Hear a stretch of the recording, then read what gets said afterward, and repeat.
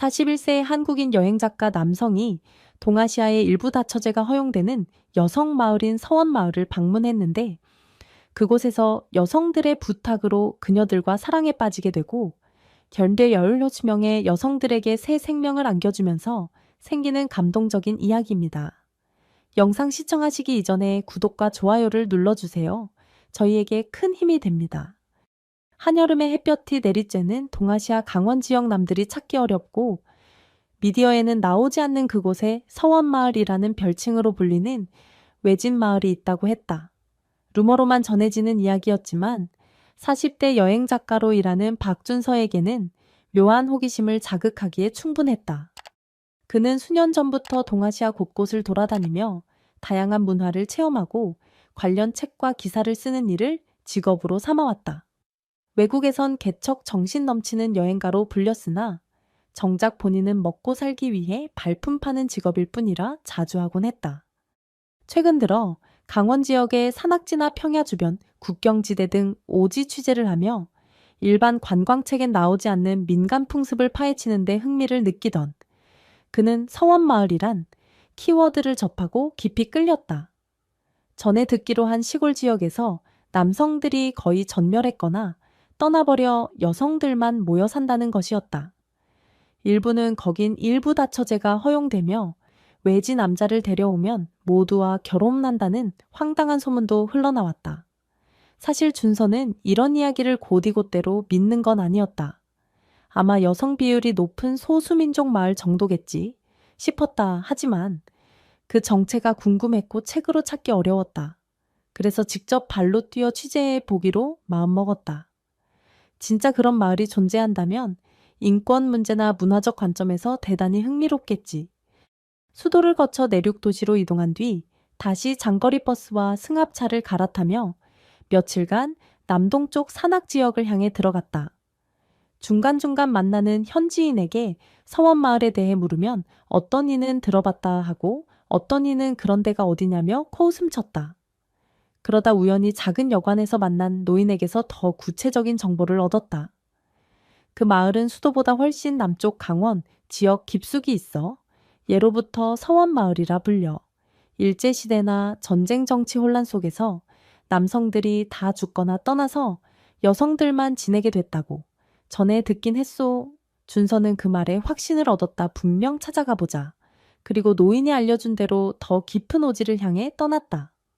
길은 점점 나빠졌고 언덕과 산비탈을 넘어야 했다. 하루 이틀 걸어 들어가는 지역이라니 최소한 짐 정리와 식량 준비가 필수였다.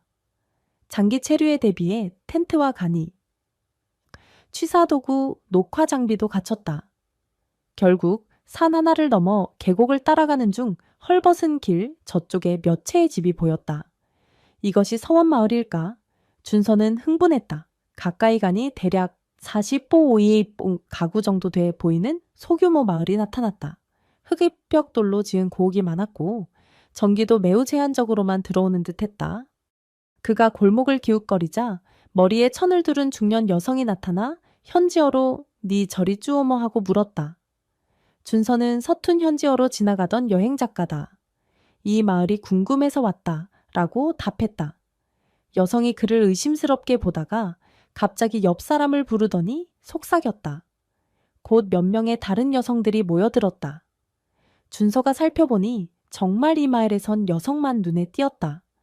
남자는 어린아이나 노인조차 보이지 않았다. 혹시 집 안에 숨어있나 그는 내심 정말 소문대로 남성은 거의 없나 하고 흥미를 느꼈다. 여성들은 그에게 적대보다는 호기심 어린 시선을 보냈다. 결국 한 젊은 여성이 점잖은 미소로 나를 따라와요 라고 손짓했다. 준서는 셔셔라 다 답하며 그 뒤를 따랐다. 마을 중심부 비슷한 곳으로 가자. 약간 큰 기와집이 있었고 그 안에 마을 대표 격인 여성이 나타났다. 나이는 60대쯤 되어 보였고 이름은 진영이라 했다. 준서가 저는 한국에서 온 여행작가 박준서이고 동아시아 오지를 취재 중입니다. 혹시 괜찮다면 이 마을에 대해 인터뷰하고 싶어요. 라 말하자 진영이 빙긋 웃었다. 이곳에 왜 온 거죠? 여긴 서원마을이라 불리긴 하지만 외부와 교류를 극도로 꺼려왔어요. 이유가 있답니다. 준서는 바로 그 사연을 알고 싶습니다. 이 마을이 정말 남성이 거의 없는 곳인지 왜 그런지, 여성들 생활이 어떠한지라고 솔직히 밝혔다. 진영은 잠시 생각하더니 만약 우리 사정에 공감해주고 우리를 존중한다면 취재를 허락하겠다. 다만 여러 규칙이 있으니 지켜줬으면 좋겠다.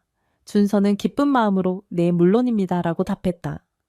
진영과 몇몇 여성 대표가 준서를 작은 사랑방으로 안내했고 간단한 차와 전병을 내왔다.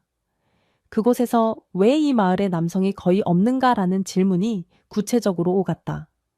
진영이 한숨을 쉬며 이야기했다. 여기는 옛날부터 남자들이 전쟁이나 정치 혼란 때 징집되거나 학살당했고, 근대 혼란 시절엔 지식인이나 반체제라고 몰려 남자들이 많이 처형됐소. 이후 개혁 시절엔 일자리 찾으러 도시로 떠나 정착해 돌아오지 않았지. 결국 남은 여성들이 마을을 지켜왔어요. 세상은 우릴 서원 마을이라 부르지만 실상 우린 그냥 여성 중심으로 살아갈 수밖에 없었다고요. 준서는 가슴이 먹먹해졌다. 그럼 결혼하거나 아이를 낳고 싶을 땐 어떻게 하나요? 또 다른 여성이 답했다. 가끔 외부 남자가 들어오면 우리와 관계를 맺을 수도 있죠. 일부 다처제가 불법이라 해도 여기선 남자 한 명이 여러 여성을 책임지는 방식이 오래전부터 허용됐어요. 떠돌이 남성이 잠깐 들러서 아이만 남기고 떠난 사례도 있고 불행히도 요즘은 그런 방문도 거의 없어요. 그 말의 준서는 여성들이 자유로 남성 없이 살겠다는 게 아니구나. 오랫동안 남성이 자이든 타이든 사라져서 구조적으로 여성이 홀로 된 상태구나 라고 깨달았다. 진영은 덧붙였다. 우리 마을은 이제 젊은 여성들이 20대 초반부터 40대 초반까지 모여 있지만 남성이 없어 출산이나 가정 형성이 안 되고 있다 이대로면 수십 년 후 맥이 끊길 거야. 준서는 정말 이건 심각한 인권 문제이자 사회적 고민거리다 라고 생각했다 한편으로 이 마을에 남성으로 들어온 자신이 이들에게 어떻게 보일지 예감이 싹트기 시작했다. 그날부터 준서는 마을 곳곳을 돌아다니며 사진을 찍고 여성들과 인터뷰했다. 여성들은 낯선 외국인 남성을 처음 보듯 신기해했고 인터뷰에도 적극적으로 응해주었다. 다만 표정이나 말투에서 어딘가 기대감 같은 감정이 엿보였다. 그를 보며 수군대는 말도 들려왔다. 준서는 그걸 확인하려 하진 않았지만 예감이 이상하게 들었다. 이 사람들이 혹시 나에게 뭔가 바라는 건가? 여성들에게서 듣는 사연들은 애절했다. 예컨대 30대 초반의 해리는 나는 결혼해 아이를 낳고 싶지만 남자가 전혀 없어요. 그래서 여기서 평생 살다가 아이 없이 늙어갈 생각을 하면 우울하죠. 도시로 나갈까 싶어도 학교 교육을 별로 못 받아 외지 생활이 두려워요. 라고 말해 주었다. 준서는 카메라에 그녀의 목소리를 담으며 마음이 울렸다. 어떤 40대 여성 소민은 한 번 도시에서 결혼했는데 남편이 날 버리고 도망가 다시 여기로 돌아왔어요. 마을이 좋긴 한데 남자가 없으니 가족을 꾸릴 수가 없어. 라며 눈물을 훔쳤다. 준서는 민망하게 미안하다며 달랬고 그녀는 그를 바라보며 희미하게 웃었다. 당신 같은 남자라도 있으면 좋을 텐데 그 한마디가 괜히 묘한 떨림을 주었다. 이거 내가 뭘 해줄 수 있을까 마을을 도는 사이 준서는 낯선 풍습의 흔적을 발견했다. 어떤 집에 남자 한 명과 여러 여성이 함께 찍힌 오래된 사진이 걸려 있었다. 준서가 이건 누군가요? 라고 묻자 집 주인이 옛날 옆 마을에서 온 남자와 이 집 딸들이 함께 살았던 사진이에요. 남자가 여러 여성과 결혼해 아이를 낳고 몇 해 뒤에 사고로 죽었죠. 하고 설명했다. 아, 그럼 실제로 한 남성과 여러 여성이 동거하며 출산하는 일부 다처제가 이 마을에 존재했었다는 증거네 준서는 격세지감을 느꼈다. 더군다나 이건 현대법제와 어긋남에도 이 오지 마을에서는 유효한 관습인 것 같았다. 또 다른 여성은 우리 어머니 세대에도 한 남자가 25명 여성과 함께 살았다. 하라는 전설을 전했다. 준서는 믿기 힘들었지만 마을 사람들에게 자연스럽게 전해지는 얘기였다. 그럼 이제 남자가 한 명 오면 여러 명과 혼인하는 것이 당연하게 여겨지는 문화라고 머릿속에서 정리되었다. 과연 이 마을이 지닌 독특한 관습이란 게 남성 한 명이 여러 여성과 이루는 가정. 준서는 이 상황을 기록하면서 마음 한편이 묘하게 달아오르는 걸 느꼈다. 젊은 여성들이 자신에게 호감 섞인 눈빛을 보내는 것도 은근 느껴졌기에 불길한 듯 설레는 감정이 공존했다. 마을에서 사흘 지내자 진영이 준서를 불렀다. 자, 날 따라와요. 우리 젊은 여성들 중 몇 명이 당신과 대화를 원해요. 준서가 따라가니 마을 한편의 큰 마당에 15명의 여성이 모여 있었다. 연령대는 대략 20대 중반부터 40대 후반까지 골고루 얼굴, 생김새는 다르지만 다들 농촌 특유의 건강함을 지니고 있었다. 진영이 소개했다 이들은 대부분 미혼 혹은 홀로 된 상태로 아이가 없는 분들 너를 직접 만나 얘기하고 싶다고 해 준서는 떨렸다 나를 왜? 진영은 웃음기 어린 표정으로 답했다. 당신은 이 마을에 오랜만에 들어온 젊은 남자니까 그리고 인권과 문화 취재를 한다지. 이들에게도 중요한 기회일 수 있어 15명은 각각 자기소개를 했다. 예컨대 27세. 예나는 도시에서 잠깐 일하다가 돌아온 인텔리 느낌. 32세 민주는 과거 가정폭력으로 도망쳐 이 마을에 정착한 이방인. 35세 소미는 앞서 인터뷰한 적 있는 도시 출신 남편이 떠났다는 여자 25세 하영은 활달하고 장난스러운 소녀 같은 성격 이하 여러 명이 있었다. 이들은 과부라는 말이 무색하게 생기있고 매력적인 여성이었다. 사별이나 이혼 혹은 혼인 경험이 짧았으나 공식 기록엔 없는 경우도 많다. 어쨌든 현재 이 마을에선 남편 없이 홀로 살다가 한 마을에서 협력하며 지내는 중이라는 공통점이 있었다. 준서는 떨리는 마음으로 인사를 했다. 안녕하세요. 전 박준서라고 합니다. 한국에서 왔고 이곳 문화를 기록하고자 15명 모두 반갑게 맞으며 우리 이야기 들어줄 거죠? 궁금한 게 많다. 하하니 뭐든 물어봐요. 분위기는 화기애애했지만 동시에 짙은 호기심과 희망, 어린 시선이 번뜩였다. 진영은 자리를 비워주고 준서와 15명이 자연스럽게 대화를 나누게 되었다. 각자 자신의 처지를 솔직히 털어놓았다. 아이를 낳고 싶은데 남자가 없어 불가능했다든지 타지에서 사별 혹은 별거 후 돌아왔는데 이 마을 말고 갈 곳이 없다든지 도시로 나가면 차별받거나 잘 정착 못해서 선택지가 없다는 등 한마디로 이 마을이 여성에게 마지막 안전지대 같은 의미였다. 그중 예나는 도시에서 대학을 조금 다녔는데 경제적 문제로 중퇴했어요. 여기 와서 생활하지만 장래가 막막했죠. 남편을 만나 가정을 이루고 싶지만 남자가 한 명도 없으니 아예 생각도 못했어요. 그런데 당신이 오니 정말 반가워요. 라며 수줍게 웃었다. 민주는 내 나이 30이 넘었는데 아직 아이가 없어요.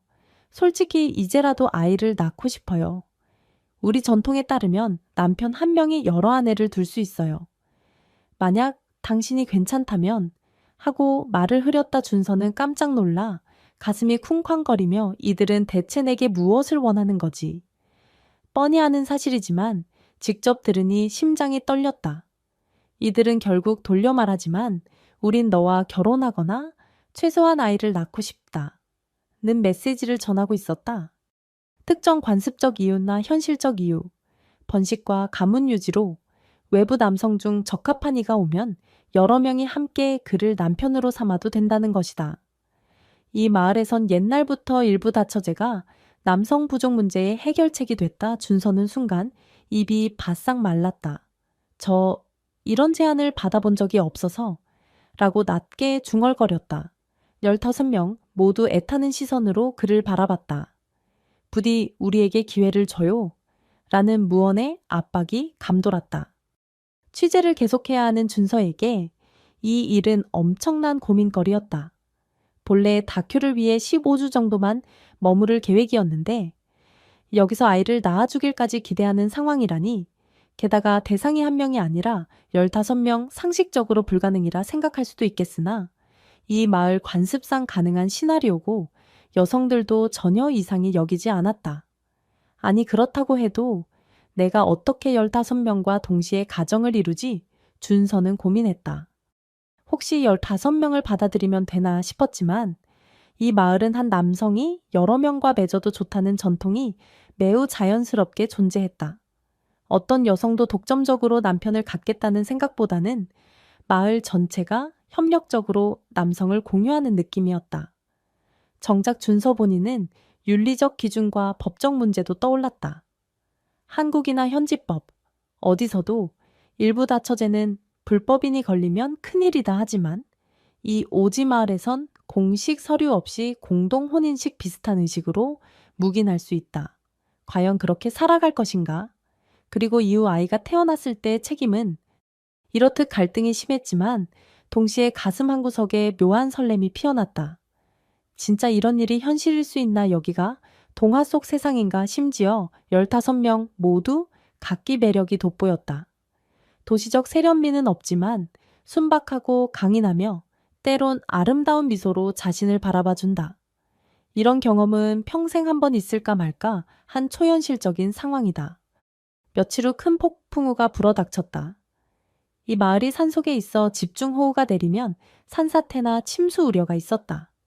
밤사이 폭우로 가을물이 넘쳤고 일부 집이 물에 잠길 위기에 처했다.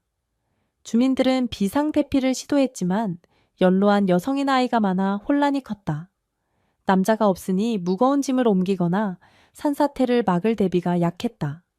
이때 준서가 앞장서 농촌에서 익힌 약간의 생존수를 발휘했다. 불안정한 옹벽을 지지하고 대피로를 확보하며 노약자를 옮기는 일을 주도했다. 16명. 젊은 여성들도 열심히 함께했지만 결정적 순간에 남성의 기동력이 도움이 됐다. 준서는 밤새 빗속에서 마을 사람을 구해내고 빠지는 가축과 아이들을 건져내기 위해 사투했다. 폭우가 잦아든 새벽 어느 집이 부분적으로 무너졌으나 인명 피해는 막았다. 주민들은 준서에게 격려와 감사를 전했다. 15명도 당신 아니었으면 더 큰 피해가 났을 거야. 라며 달려와 그를 부둥켜 안았다. 이 영웅 같은 모습이 여성들의 마음을 더욱 사로잡았다. 동시에 준서도 함께 협력해 위기를 넘긴 그들과 정서적으로 깊이 교감하게 됐다. 이제 마을에서도 그리고 15명 여성들 사이에서도 박준서를 우리 공동 남편으로 삼자라는 합의가 은연중에 형성됐다. 준서 자신도 폭우 사건을 겪으며 이들과 한 가족이 된 듯한 소속감을 느꼈고 이미 정서적 유대가 커져 있었다. 더 머뭇거릴 이유가 무엇일까? 떠나면 이들이 또 남성 없이 힘들게 살 거고 아이를 낳을 기회를 박탈당할지도. 그날 밤 준서는 진영과 15명의 여성을 모아놓고 자신도 마음을 밝혔다. 사실 저는 한국인이라 일부 다처제가 불법이고 돌아가면 문제가 생길 수 있어요. 하지만 여기서 제 마음은 여러분을 버리고 싶지 않아요. 만약 정말 저와 결혼한다면 제가 최선을 다해 책임지겠습니다. 모두 환호했고 15명은 눈물을 글썽이며 드디어 우리가 남편을 갖게 되다니 라며 기뻐했다. 진영도 박수를 치며 환영에 이제 부디 잘 살 길이라 축복했다. 준서는 이렇게 결혼을 선언하나 혼란스러우면서도 맹세했다 절대 무책임하게 떠나지 않겠습니다. 이 마을과 함께 살아갈 방법을 찾을게요.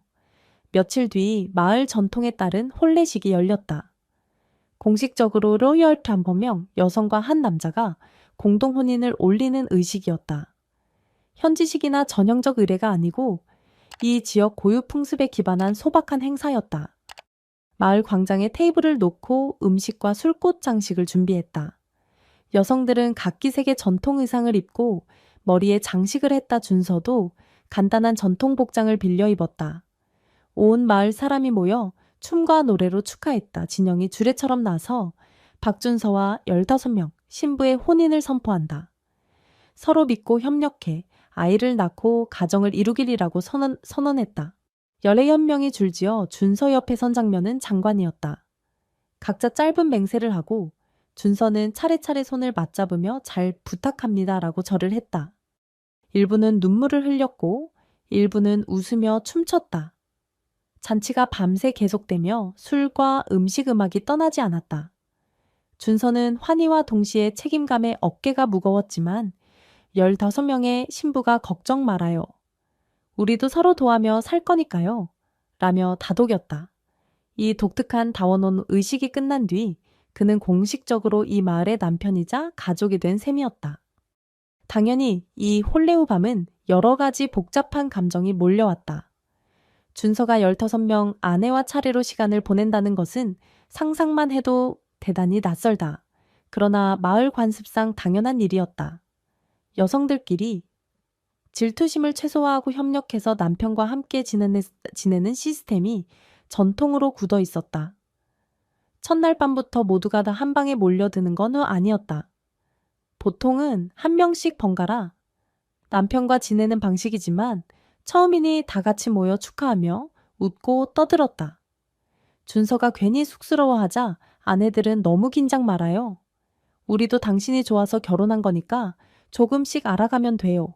라고 부드럽게 이끌었다. 새벽까지 이어진 축제가 끝나고 준서는 결국 한두 명과만 함께 밤을 보냈고 나머지는 다른 방에서 쉬었다. 이미 다 혼인을 올렸으니 조만간 순번을 정해가며 함께하겠지 굳이. 격한 스킨십이 아니어도 이들은 서로를 보살피는 마음으로 새 출발을 했다. 준서는 이게 정말 현실이 맞나 라는 생각이 멈추지 않았다. 그렇게 시작된 15인 아내와 1인 남편의 가정생활은 준서 입장에선 엄청난 변화였다. 아침에 눈 뜨면 이미 몇 명 아내가 식사를 준비하고 또 몇 명은 빨래나 청소 농사일을 준비한다. 준서는 그중 무엇을 도와야 할지 고민했지만 아내들은 오래 지내다 보면 알아서 자신 역할이 생긴다.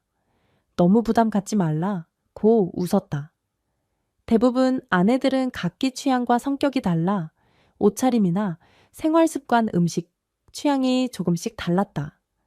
준서는 모든 걸 맞춰주려다 혼돈에 빠졌지만 아내들끼리도 너무 그를 괴롭히지 말자 라며 양보하고 조율했다. 정말 완벽한 협업 체계였다. 결과적으로 큰 갈등 없이 평온한 일상이 굴러갔다. 반일 가축 돌보기, 수공예, 집안일 여러 작업이 분업화되었고 준서는 막중한 육체노동이나 마을 외부와의 소통교역 업무를 맡았다. 아내들이 도시로 갈 수 없을 땐 준서가 대신 나가 필요한 물자나 정보약품을 구해왔다. 이런 남편 역할을 잘 해내자 아내들도 그를 존중하고 사랑했다. 결혼 후 몇 달 여성들 중 일부가 준서와 관계를 맺었고 점차 임신 징후가 나타나기 시작했다. 마을 전체가 흥분했다. 서원마을에 드디어 대대적인 아기 탄생이 이루어지려 하는 것이다. 초반에는 7명이 임신이 확실시됐고 나중엔 10명, 12명으로 늘어났다.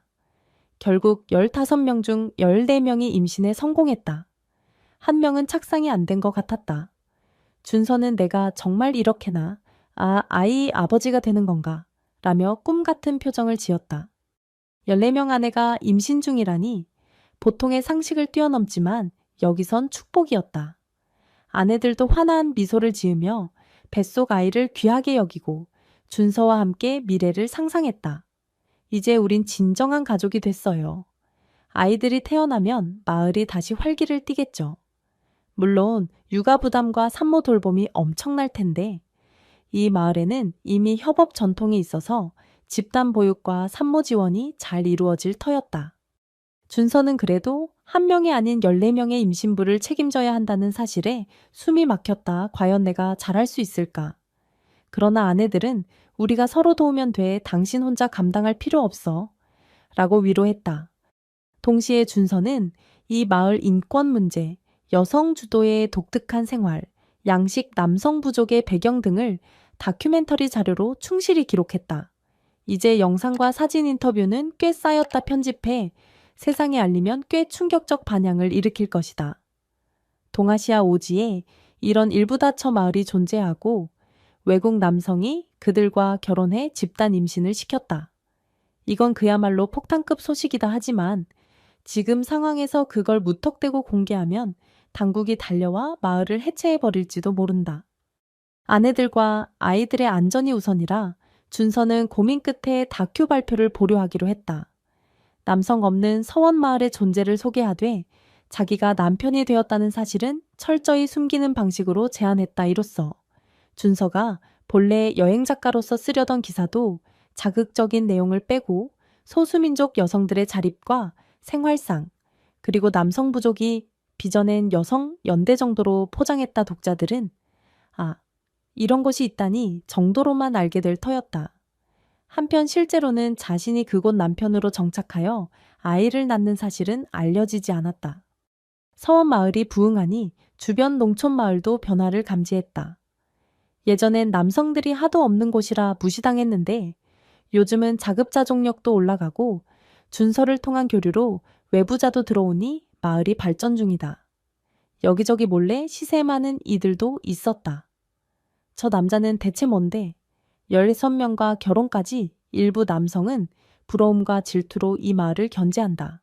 하지만 마을이 단단히 대응하고 준서가 딱히 외부인에 적대하지 않으니 큰 갈등은 발생하지 않았다.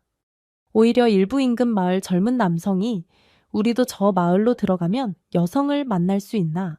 하라고 기웃거리기도 했다. 서원 마을 측은 이미 남편이 있는 여성들은 새 남자를 원치 않는다고 일정선을 그었다.